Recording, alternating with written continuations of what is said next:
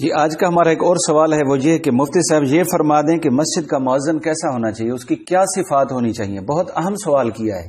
ہمارے علاقوں میں عجم میں چونکہ ہم عربی سے زیادہ واقف نہیں ہیں، اس لیے مؤذن کو کن صفات کا حامل ہونا چاہیے، احادیث مبارکہ میں اور فقہاء کرام نے کیا اس کی صفات بیان کی، مؤذن کیسا ہونا چاہیے، بہت ضروری سوال ہے۔ مسلمانوں کو الحمدللہ شوق ہوتا ہے کہ ہم اذان دیں، اذان کے فضائل سنے ہوتے ہیں۔ آپ علیہ الصلوۃ والسلام نے ارشاد فرمایا کہ قیامت کے دن فخر سے گردنیں بلند ہوں گی، سر بلند ہوں گے مؤذنین، جتنے بھی جنتی ہوں گے ان جنتیوں میں مؤذنین سب سے سر بلند ہوں گے، ان کے سر اونچے ہوں گے، اور تمام مؤذنین کی قیادت اور سیادت سیدنا بلال رضی اللہ عنہ کے ہاتھ میں ہوگی، جھنڈا ان کے ہاتھ میں ہوگا۔ تو یہ بہت فضیلت کی بات ہے۔ جو بغیر دنیاوی لالچ اور طمع کے 3 سال یا 5 سال اذان کہے گا، اس کی بخشش کا وعدہ ہے، بہت فضائل ہیں۔ تو ان فضائل کو سن کر ہمارے جو ہے وہ لوگ کوشش کرتے ہیں ہم اذان دیں، لیکن ان صفات کا بھی حامل ہونا ضروری ہے جو صفات شریعت نے بیان کی۔ پہلی صفت تو مؤذن کی یہ ہونی چاہیے، حدیث مبارک میں آتا ہے کہ مؤذن تو فرمایا آپ علیہ الصلوۃ والسلام نے کہ المؤذن مؤتمن، حدیث مبارک کا ایک جملہ ہے کہ مؤذن امانت دار ہونا چاہیے، وقت کی امانت کا اسے خیال ہونا چاہیے، کیونکہ روزہ رکھنے کا تعلق مؤذن کے ساتھ ہے، روزہ کھولنے کا تعلق مؤذنین کے ساتھ ہے، اسی طرح نمازوں کا تعلق مؤذنین کے ساتھ ہے، اس لیے ایک صفت ان کی یہ ہونی چاہیے۔ آپ نے فرمایا صلی اللہ علیہ وسلم الامام ضامن والمؤذن مؤتمن، اور آپ علیہ السلام نے دعا بھی فرمائی ہے اللہم ارشد الائمۃ واغفر للمؤذنین، یا اللہ ائمہ کرام کی رہنمائی فرما اور مؤذنین کی بخشش فرما۔ تو ایک صفت یہ ہونی چاہیے مؤذن امانت دار ہو، خصوصاً وقت کی امانت کا بہت خیال کرتا ہو، وقت کا بڑا خیال کرنے والا ہو۔ دوسری صفت مؤذن کی یہ ہونی چاہیے کہ مؤذن آپ علیہ السلام نے فرمایا لیؤذن لکم خیارکم، بہترین آدمی جو ہے وہ اذان کہے۔ آج ہمارے علاقوں میں ایسا ہوتا ہے کہ جو مثال کوئی اور کام نہیں کر سکتا ہوتا تو وہ اذان کی ذمہ داری سنبھال لیتا ہے، لوگ بھی یہ سمجھتے ہیں کہ بس ٹھیک ہے یہ اذان دیتا رہتا ہے، کوئی مسئلہ نہیں، جبکہ حدیث مبارک میں مؤذن کے بارے میں یہ ارشاد ہے کہ تم میں سے مؤذن وہ ہو خیارکم، جو بہترین آدمی ہو، اچھے اخلاق کا، اچھی صفات کا، خوب سیرت ہو، اچھی سیرت ہو، با کردار ہو، یہ آدمی جو ہے معزز قسم کا آدمی ہونا چاہیے مؤذن۔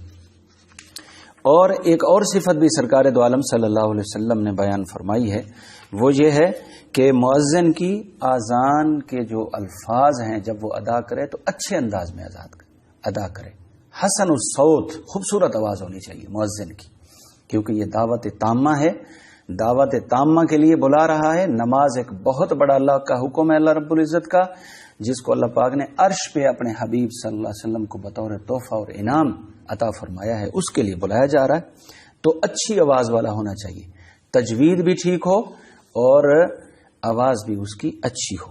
حضرت ابو محذورہ رضی اللہ عنہ ارشاد فرماتے ہیں کہ سرکار دو عالم صلی اللہ علیہ وسلم نے مؤذن مقرر کرنے کے لیے 20 آدمیوں کا امتحان لیا، بے نحو 20 رجلا فاذنوا، سب نے سرکار دو عالم صلی اللہ علیہ وسلم کے سامنے اذان کہی، فاعجبہ صوت ابی محذورہ، تو ابو محذورہ رضی اللہ عنہ کی اذان کی آواز آپ کو بہت اچھی لگی، تو آپ صلی اللہ علیہ وسلم نے انہیں فعلمہ الاذان، پھر اذان کے الفاظ سکھلا دیے اور انہیں مکہ مکرمہ کا مؤذن مقرر فرما دیا۔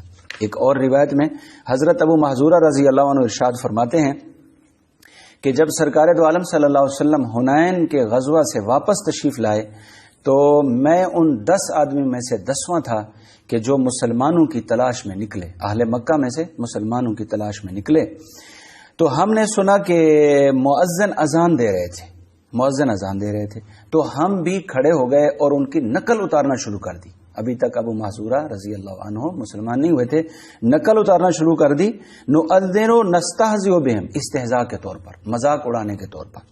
تو سرکار دو عالم صلی اللہ علیہ وسلم نے فرمایا کہ میں نے کچھ لوگوں کی اذانوں کی آواز سنی ہے، بڑی اچھی اچھی آواز آ رہی تھی، وہ کون تھے؟ تو آپ علیہ السلام نے کچھ بندے بھیجے ہمارے پیچھے، وہ ہمیں پکڑ کے لے آئے۔ تو آپ علیہ السلام نے فرمایا کہ 2 اذان تم کیا کہہ رہے تھے؟ تم وہ کہو۔ فَأَذَّنَّا رَجُلًا رَجُلًا، تو ہم نے ایک ایک کر کے آپ علیہ السلام کو وہ اذان کے الفاظ سنائے۔ حضرت ابو محذورہ فرماتے ہیں میں آخری آدمی تھا جن 10 آدمیوں کا آپ نے امتحان لیا، میں آخری تھا، کنت آخرہم۔ تو آپ علیہ الصلوۃ والسلام نے جب میری اذان کی آواز سنی تو فرمایا تعال، میرے قریب آ جاؤ، میرے قریب آ جاؤ۔ اللہ کی تقدیر کے فیصلے آئے تھے استہزاء کرنے کے لیے، مذاق اڑانے کے لیے، سرکار دو عالم صلی اللہ علیہ وسلم کی جو ہے قربت کا اتنا شرف نصیب ہوا، آپ نے فرمایا میرے قریب آ جاؤ۔ میں قریب آیا، فاجلسنی بین یدیہ، سبحان اللہ، صحابہ کی شان بڑی عجیب ہے۔ فرماتے ہیں مجھے آپ علیہ السلام نے اپنے سامنے بٹھایا، فاجلسنی بین یدیہ فمسح علی ناصیتی، تو آپ نے میرے سر پر، ماتھے پر ایسے ہاتھ پھیرا، تاکہ جو ابھی چونکہ مسلمان نہیں ہوئے تھے، تاکہ پچھلی جو کفر اور شرک کی جو وہ ہے اندھیرا ہے، ظلمتیں ہیں، وہ ختم ہو جائیں۔ تو سرکار کے ہاتھ فرمانے کی دیر تھی کہ سب جو ہے وہ دماغ سے جو فطور تھے وہ سب ختم ہو گئے۔ وبرک علی 3 مرات، 3 مرتبہ آپ نے مبارکباد دی، برکت کی دعا فرمائی۔ ثم قال، پھر آپ نے فرمایا اذهب فاذن عند البیت الحرام، جاؤ بیت اللہ شریف کے قریب اذان دینا شروع کرو۔ اور پھر ہمیشہ ہی سرکار دو عالم صلی اللہ علیہ وسلم کی طرف سے مقرر شدہ مکہ المکرمہ کے مؤذن رہے۔ تو بہرحال مؤذن ایسا ہونا چاہیے جس کی آواز بھی خوبصورت ہو، تجوید بھی اس کی ٹھیک ہو۔ ہمارے علاقے میں لوگ اذان دیتے ہیں، ہم نے یہ سنا، اس میں بڑی بڑی غلطیاں کرتے ہیں۔ ایک غلطی یہ بھی کرتے ہیں، اللہ اکبر جب کہیں گے تو کہیں گے اللہ اکبر، معنی بالکل الٹ ہو گیا۔ اس کا معنی تو نعوذ باللہ یہ بنتا ہے یہ آیا تھا اللہ کی کبریائی کا اعلان کرنے کے لیے، کہتا ہے کیا اللہ بڑا ہے، یہ تو بہت غلط معنی ہو گیا۔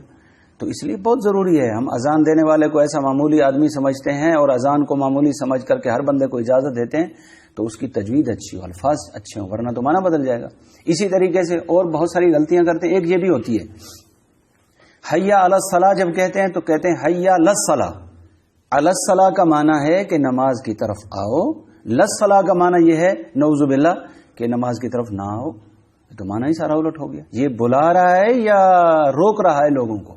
اسی طریقے سے غفلت ہوتی ہے ہمارے مؤذنین میں، تجوید نہیں ہوتی، تو وہ یہ کہتے ہیں حیا علی الفلاح کہنے کی بجائے حیا للفلاح، تو للفلاح کا تو معنی الٹ ہو گیا۔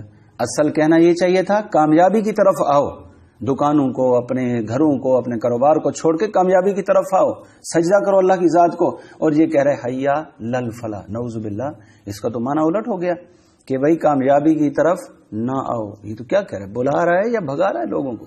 اس لیے بہت ضروری بات ہے کہ مؤذن کے اندر یہ صفات ہونی چاہیے، اسے مؤذن مقرر کرنا چاہیے۔